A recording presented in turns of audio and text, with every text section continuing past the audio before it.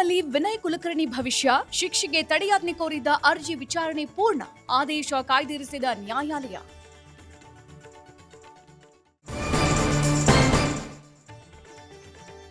ಮಹಾರಾಷ್ಟ್ರದಲ್ಲಿ ಪಾತಾಳಗಂಗಾ ನದಿ ಪ್ರವಾಹ, ಕೊಚ್ಚಿ ಹೋದ ಸಿಲಿಂಡರ್ಗಳಿಗಾಗಿ ಮುಗಿಬಿದ್ದ ಜನರು, ಗಾಜಿಯಾಬಾದ್ನಲ್ಲಿ ರಸ್ತೆ ಕುಸಿತ.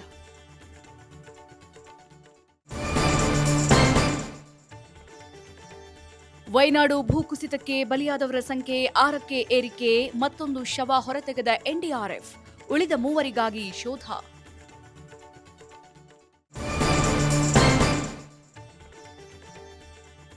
ಪೆಟ್ರೋಲ್ ತುಂಬಿದ ಲಾರಿ ಮರಕ್ಕೆ ಡಿಕ್ಕಿ, ಧಗಧಗನೆ ಹೊತ್ತಿ ಉರಿದ ಟ್ಯಾಂಕರ್, 2 ಚಾಲಕರು ಪ್ರಾಣಾಪಾಯದಿಂದ ಪಾರು.